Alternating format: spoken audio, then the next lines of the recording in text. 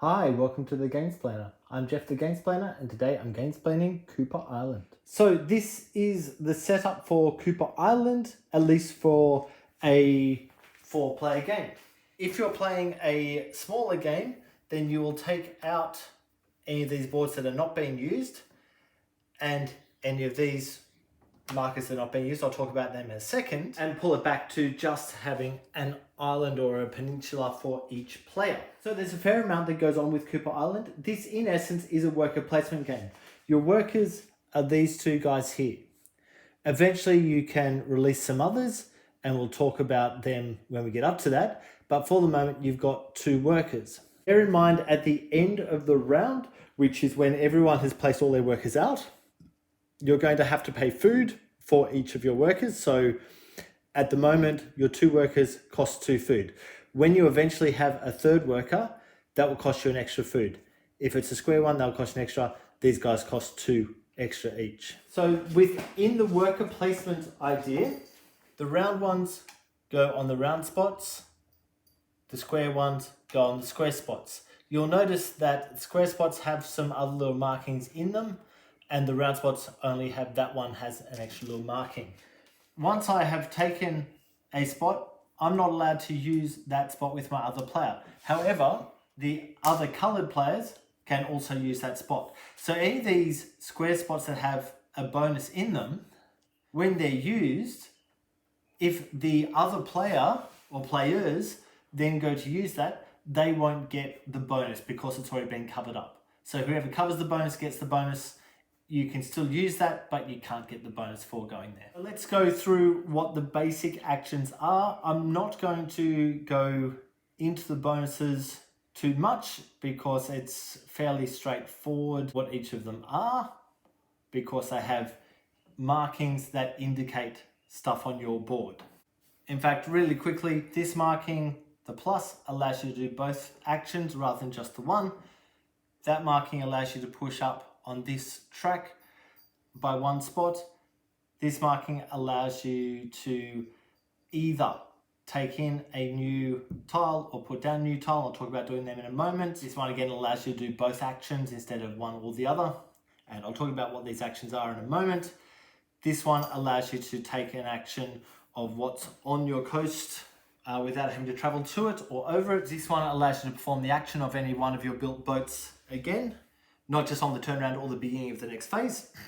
This one reduces the cost of building whichever one you're building by 2 items, and so it's this one for building the boat. Other than those ones, the round one allows you to become the first player. Let's get into what these markings actually do. So that was just the bonuses. Firstly, these 4 on the outside are all really similar. This one allows you to take 1 extra double tile out of the bag and place one of these tiles down onto your peninsula. Now, what happens when you place stuff onto your peninsula? You immediately get the resource that each area creates onto that tile. If you then use it, the tile is empty. The only way to get more stuff onto that tile is if you build there, you would gain that. This now counts as 2 of that particular resource, and you would also get that one on that, which would count as 2 as that particular resource. If this still had 1 good on it and you placed a good down, that good would go down into your cargo hold, and then you'd get a new one. Now bear in mind, anything in the cargo hold is only worth 1. Anything on a stack is worth how many tiles there are in the stack. This one allows you to move this marker forward 3 spots, plus gain a coin or a resource of your choosing, and you put that into that area of your hold. This one allows you to get 2 extra of those tiles out of the bag, or place 2 down onto your peninsula. And this one allows you to take 1 or place 1 and also move forward on that particular track. What is this track? I'm glad you asked. This is an anytime track that allows you to use however many points worth you've got on there to do some extra action during your turn. I'm going to get to the anytime stuff later, but just bear in mind that it's worthwhile using that, and you will find the need to use that as you're playing the game. Let's move on to the other 4 actions. This one allows you to build one of those 3 buildings. Notice there is a cost for building them. So in order to build one of these ones, it will cost you 1 coin, 2 of the stone and 2 of the wood, or 2 grey, 2 brown. I currently have 2 brown here, 1 grey there. So I need to have another grey in order to be able to do that. But it would cost me that, say the 2 wood, and just imagine that this one over here was grey. I take that off. What that gives me is a point. So anywhere that you've got this symbol, you get a point. How do we keep track of points? They are down here on the boats. You can move them either direction, or move either boat. Whenever you cross over one of these tiles, you will gain what is on that. So in this particular case, it's take one of these off, and that goes onto there. The reason you need to take them off, they are ruins at the moment. You can't build on that space, but they turn into statues. If on a later turn you were to do this action, you could return that as a statue, and that will give you some points as well as the game goes on. These buildings are going to cost 2 coins, plus 4 wood and 4 stone.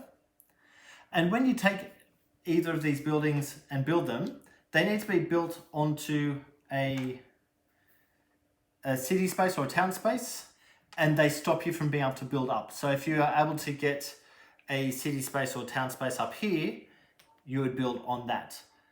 City spaces and town spaces, when they're built, also have a resource that goes onto them. If you were to build onto that spot and there's still a resource there, that resource becomes 1 down on the cargo hold. When you build one of these or one of these, you get the points, which we already talked about. So 1, 2, it doesn't matter if there's one of these on there or not, you keep going.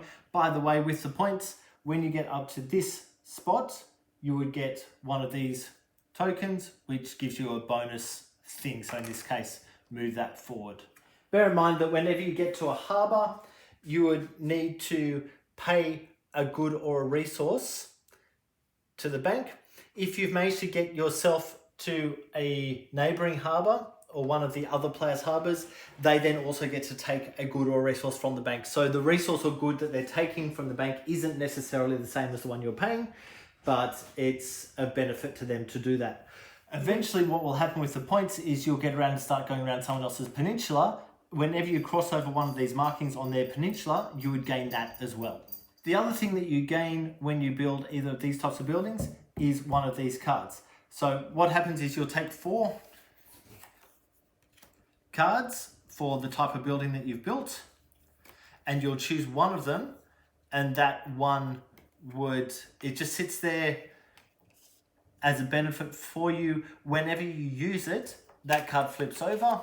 There's a point as we're changing round where things get to flip back, but for the moment, you'd use that. So that particular card would make it cheaper to feed my guys. Once I've done it, I flip the card over.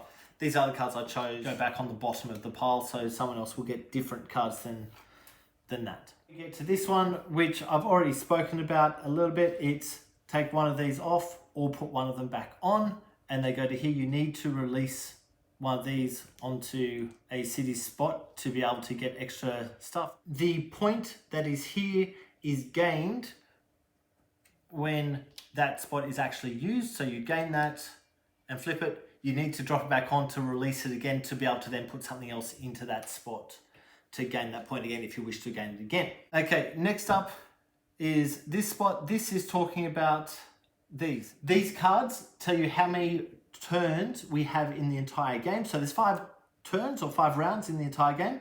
This is the Harbour Master. He will move forward, keeping track of which turn we're up to. The cost of the cards is on the top of it. So this one's 3 gold and 2 cloth.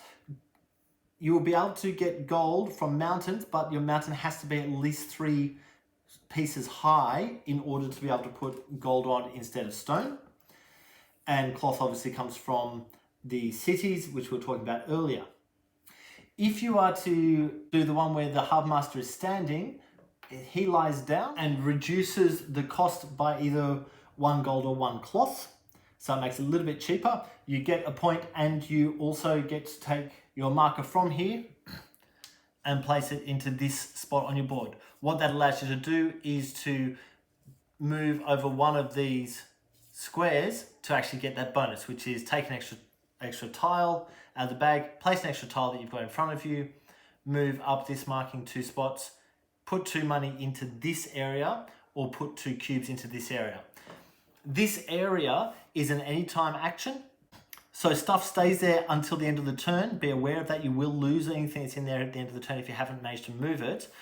The cost of moving it is, if you've got 2 cloth there, you can turn into 1 coin at the top, 2 gold turns into 1 of anything at the top, or 4 of anything turns into 1 coin or 1 anything at the top. So if you can get enough stuff down there, you can turn it into something up the top if there's space for it, and you lose that all at the end of the round if you haven't used it. And that also gets you a point, so you move one of your ships. It doesn't matter which ship, depends on what you want to pick up on the way through. If the Harbour Master is here, you cannot claim that one. If the Harbour Master is here, you have the choice of claiming this one or this one. Obviously, the further up the Harbour Master is, the more is available for you to be able to claim. This spot is talking about these ships.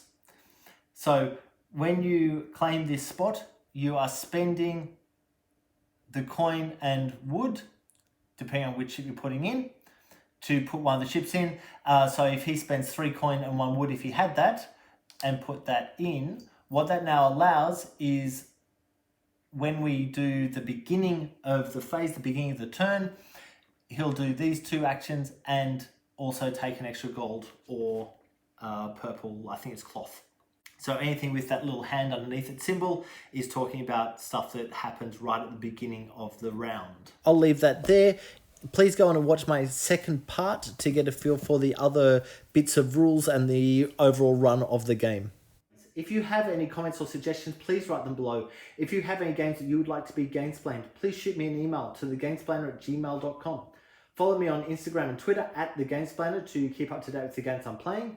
Subscribe to my videos to keep up to date with the games I'm gamesplaining. And until next time, enjoy gaming.